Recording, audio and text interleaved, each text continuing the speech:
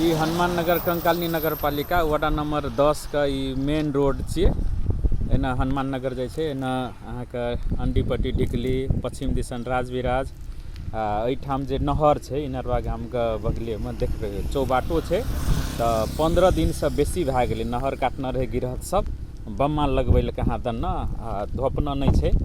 तो संजोग कुसंजोग जे कोनो गाड़ी गिर पड़ते तो केना हेतै देखियो पूरे काटल छे नहर। कोनो गाड़ी बड़का गाड़ी जे 4 चक्का एतै तो फंस जेतै।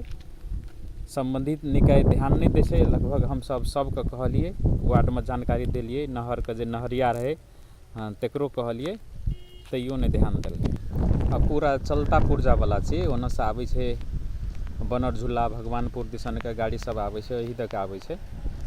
मेन रोड के देखियो नहर मिलै छे। एठाम नहर काट देना छे। देखी तो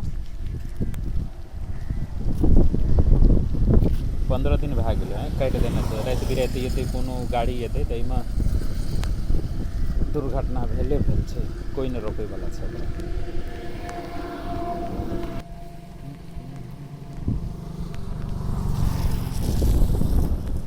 चौबाटो भेल एना हनुमान नगर ओना राजविराज ओना बनरझुला एना अंडीपट्टी ढेकली दिसन जाए वाला रास्ता छे।